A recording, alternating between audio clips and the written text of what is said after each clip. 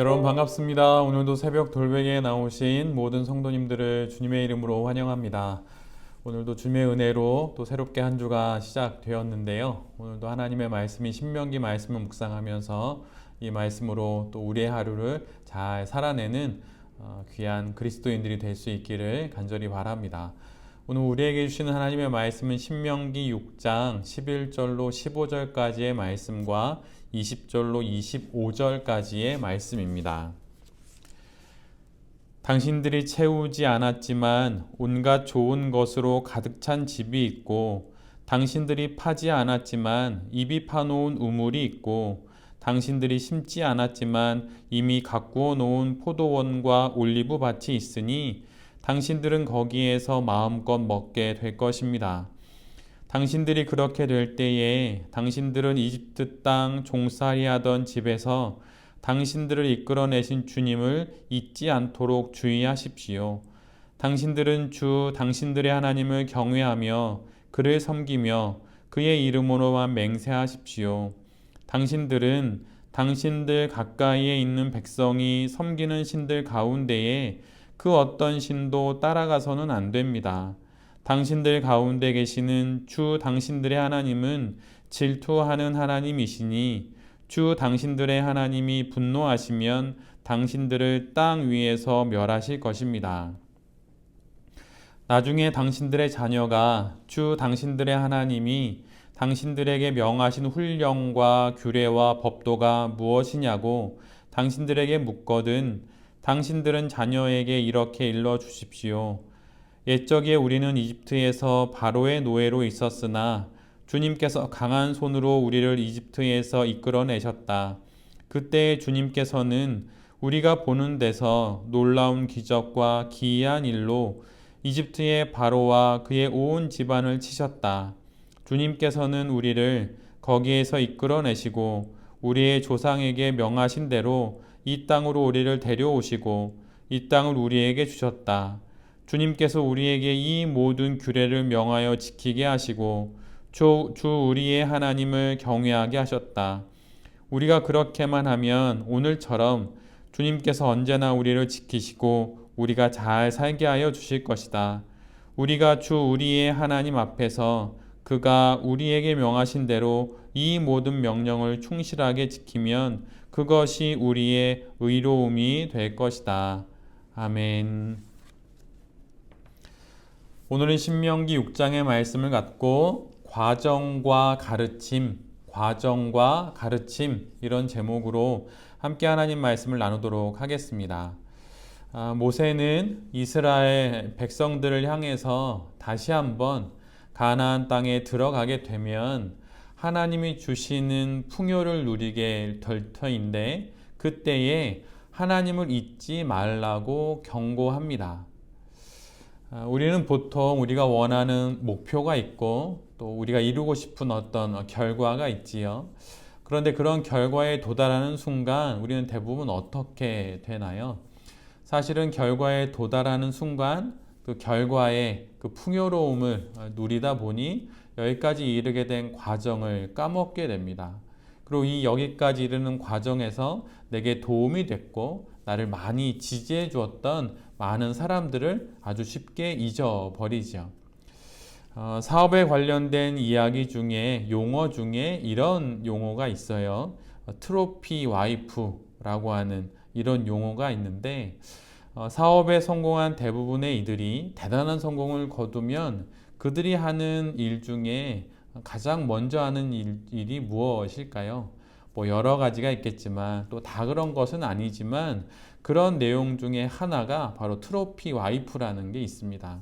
그것은 대단하게 큰 성공을 거둔 후에 지금의 아내와 이혼을 하고 다른 여인과 결혼을 하는 경우가 많이 있다는 것이에요. 그래서 이때에 이렇게 만나게 된 여인을 지칭하는 용어가 바로 트로피 와이프입니다. 얼마나 이런 일이 비일비재하면 이런 용어까지, 물론 외국의 용어이지만 있을까요? 돈을 많이 벌고 마치 트로피처럼 갖게 되었다라는 의미로 이런 용어가 생긴 것입니다. 그렇다면 왜 큰 성공을 거둔 이들이 이런 일을 하게 되는 것입니까? 그것은 과정을 생각하지 않기 때문이에요. 그래서 도달하게 된 결과에 취해서 결국은 아내를, 배우자를 바꾸는 것이죠. 이스라엘이 가나안에 들어가서 오늘 본문의 앞 내용처럼 채우지도 않은 온갖 좋은 것으로 가득 찬 집을 얻게 됩니다. 파지도 않은 이미 파놓은 우물을 갖게 되고 자신들이 심지도 않고 가꾸지도 않은 포도원과 올리브 밭을 얻게 된다고 말하고 있어요. 정말 대단한 성공을 거둔 것이고 정말 큰 아주 좋은 결과에 도달한 것이죠. 그런데 그때에 그 결과에 취해서 이스라엘이 배우자를 트로피 와이프나 트로피 남편으로 이렇게 바꾸듯 하나님을 우상으로 다른 우상으로 바꾸지 말아야 한다는 것을 모세가 다시 한번 이스라엘 백성들에게 아주 강력하게 말해주고 있는 것입니다. 이곳까지 이끄신 하나님을 잊지 않아야 하는 것이에요. 과정을 잊어버리면 하나님마저 이처럼 바꾸어 버릴 수가 있는 것이죠. 하나님이 인도하셨던, 그래서 홍해가 갈라지는 그 기적을 경험했던 그 시간들, 불기둥과 구름기둥으로 인도하신 그 날들을 기억해야 합니다. 아모리 왕 시온과 바산왕 옥을 무찌르신 그 하나님을 기억해야 하는 것이에요. 또한 수많은 전투와 전쟁 가운데서 이스라엘을 이기게 하신 하나님을 기억해야만 합니다. 그렇게 한다면 술에 취한 듯 결과에 흠뻑 빠져서 하나님을 떠나 우상을 쫓는 일은 없을 것입니다. 그래서 모세가 이 부분을 말하고 있는 것이죠. 결과를 얻게 되지만, 정말 좋은 결과를 얻게 되지만 거기에 도달하게 된 그 과정, 하나님께서 도우셨던 그 과정을 잊지 않아야 한다고 말하는 것입니다. 우리 역시 신앙의 여정에서 참 많은 다양한 일을 겪고 또 매일매일을 살아갑니다. 나름 인생의 목표를 두고 삶을 살아가지요. 그 목표에 우리가 은혜 가운데 도달할 수 있습니다. 그러나 중요한 것은 그 결과에 이르게 된 과정을 잊지 않는 것이에요. 그 과정에 함께 하신 하나님을 기억하면서 그 결과마저도 하나님 안에서 하나님과 함께 누리는 것이죠. 사실 제게도 실제적으로 이런 성도님을 본 적이 있습니다. 그 성도님의 큰 간절한 기대와 이루고 싶은 목표는 회사에 취직하는 거였어요. 그리고 물론 좋은 회사에 취직하는 거였는데 그 기도 제목을 갖고 저에게 오신 적이 있습니다. 그래서 오래전의 일인데 오셔서 저한테 기도 제목을 이야기하고 함께 기도를 했죠. 그리고 나서 한두 번 더 만남을 가졌는데 정말 하나님 은혜 가운데 그 회사에 취직이 된 것이에요. 정말 어려운 연구직이었는데 이렇게 취직이 되었습니다. 합격이 된 거예요. 그런데 그분이 한 1, 2개월이 지나고 나서 교회 출석을 하지 않기 시작했습니다. 믿음을 가지신 지 얼마 되지 않는 그런 이제 초신자 분이셨는데 간절한 기대가 있어서 저를 찾아왔고 함께 이야기 나누다 기도도 하고 이렇게 했는데 합격을 하고 나서는 교회를 떠나시더라고요. 그 과정 속에 계신 하나님을 기억 못하니 결과에 취해서 그런 일이 일어난 것이죠. 물론 그분이 다른 좋은 교회에서 신앙생활을 할 수도 있겠지요. 근데 그건 제가 알 수 없는 일이지만 중요한 건 우리 모두가 알아야 하는 건 내가 얻고 싶은 결과에 도달하고 나서 마치 술에 취한 듯 결과에 취해 그 과정을 인도하신 하나님을 잊어서는 안 된다는 것입니다. 그래서 과정을 하나님과 함께 잘 지나가고 그 마음으로 또한 결과에도 잘 도달하게 되는 그런 은혜를 누리는 우리 모두가 되기를 간절히 바랍니다. 모세는 오늘 후반부에 보면 하나님이 구원하고 복 주신 그 모든 과정들을 잘 기억해야 한다라고 말할 뿐만 아니라 그것들을 자녀들에게 잘 가르쳐야 한다고도 명령을 합니다. 하나님이 인도하셨던 과정을 자녀들에게 세세하게 잘 가르치라고 하는 것이죠. 어제 말씀인 신명기 6장 6절로 9절에 이런 말씀이 있습니다. 잘 한번 들어보세요. 내가 오늘 당신들에게 명하는 이 말씀을 마음에 새기고 자녀에게 부지런히 가르치며 집에 앉아 있을 때나 길을 갈 때나 누워 있을 때나 일어나 있을 때나 언제든지 가르치십시오. 또 당신들은 그것을 손에 메어 표로 삼고 이마에 붙여 기호로 삼으십시오. 집 문설주와 대문에도 써서 붙이십시오. 이 말씀처럼 부모는 자녀에게 부지런히 하나님의 말씀을 가르쳐야 합니다. 장소를 불문하고 시와 때를 가리지 않고 가르칠 수 있는 기회가 주어지면 바로 그 모든 시간 속에서 자녀들에게 하나님의 말씀을 잘 가르쳐야 한다고 말하고 있어요. 식사의 자리에서든 잠자리에 드는 순간에서든 길을 걸을 때에든 모든 순간에 가르칠 준비를 잘 하고 있어야 합니다. 딱 각을 잡고 책상에 앉아서 그럴 때만 가르치는 것이 아니라 모든 순간 아이들로부터 질문이 오는 그 순간 가르칠 준비가 되어 있어야 합니다. 그렇다면 어떤 부모가 이처럼 언제든지 가르칠 수 있는 부모가 되는 것일까요?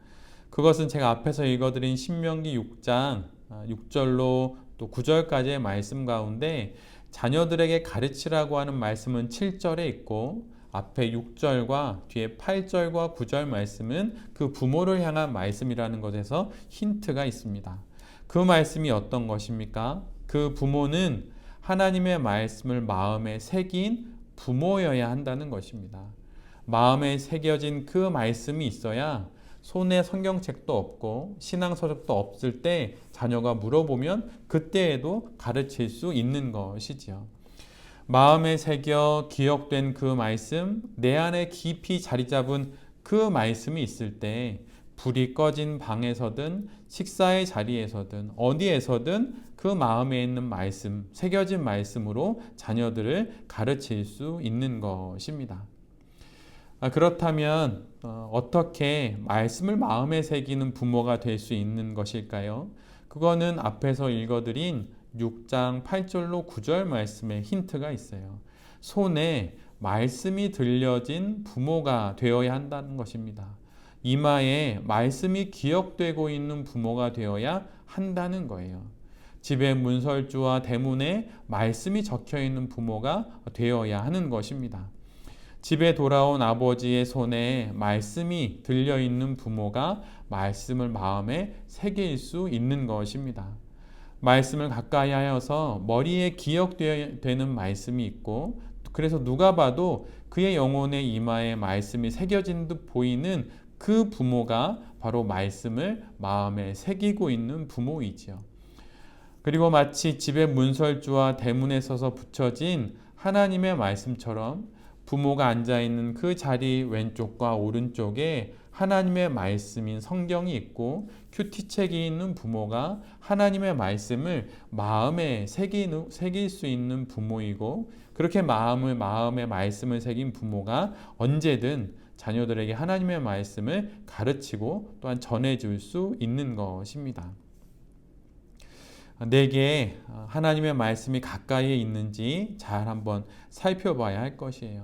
자녀들이 나를 볼 때 내게서 가장 먼저 발견하는 것이 스마트폰이거나 아니면 TV 리모컨이 되는 것은 아닌지 돌아보면서 말씀을 마음에 새기는 그런 믿음의 부모가 되어야 할 것입니다. 또한 우리가 아직 부모가 아니라면 우리는 분명 누군가의 자녀일 거예요.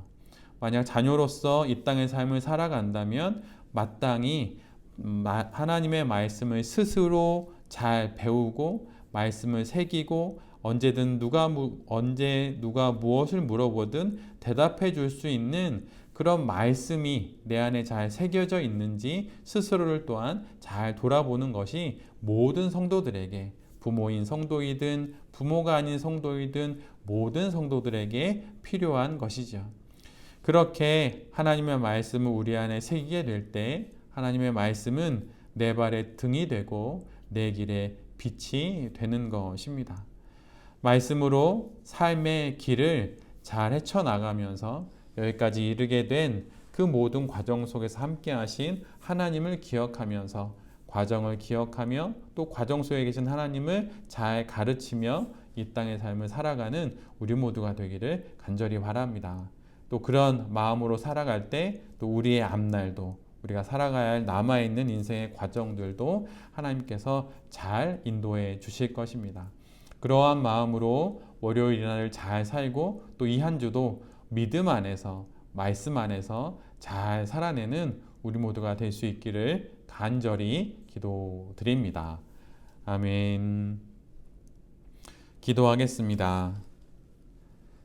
주님, 지금 여기에까지 이르게 된 과정 가운데 함께 하셨던 하나님을 기억하겠습니다. 밤이나 낮이나 불기둥과 구름 기둥으로 우리를 지키시고 인도하신 하나님을 기억하겠습니다. 모든 순간, 모든 시간 속에서 우리를 인도하신 하나님을 기억하며 과정 가운데 주신 은혜를 기억하며 감사함으로 그 결과에도 이르게 되는 우리 모두가 되게 하여 주시옵소서. 그리고 하나님의 말씀을 자녀들에게 가르치겠습니다. 또한 사람들에게 잘 전하겠습니다. 언제든 어디서든 하나님이 어떤 분이신지 묻는 모든 이들에게 잘 대답할 수 있도록 주님 성실하게 잘 준비하게 하여 주시옵소서. 주님, 오늘 하루 또 살아갑니다. 우리에게 주신 인생의 한날인 이날도 주님 우리를 인도하여 주시고 여러 삶의 문제들과 난제들 또 여러 여정들을 잘 넘어가고 또한 잘 풀어가게 하여 주시옵소서. 이 모든 말씀 예수 그리스도의 이름으로 기도드립니다. 아멘.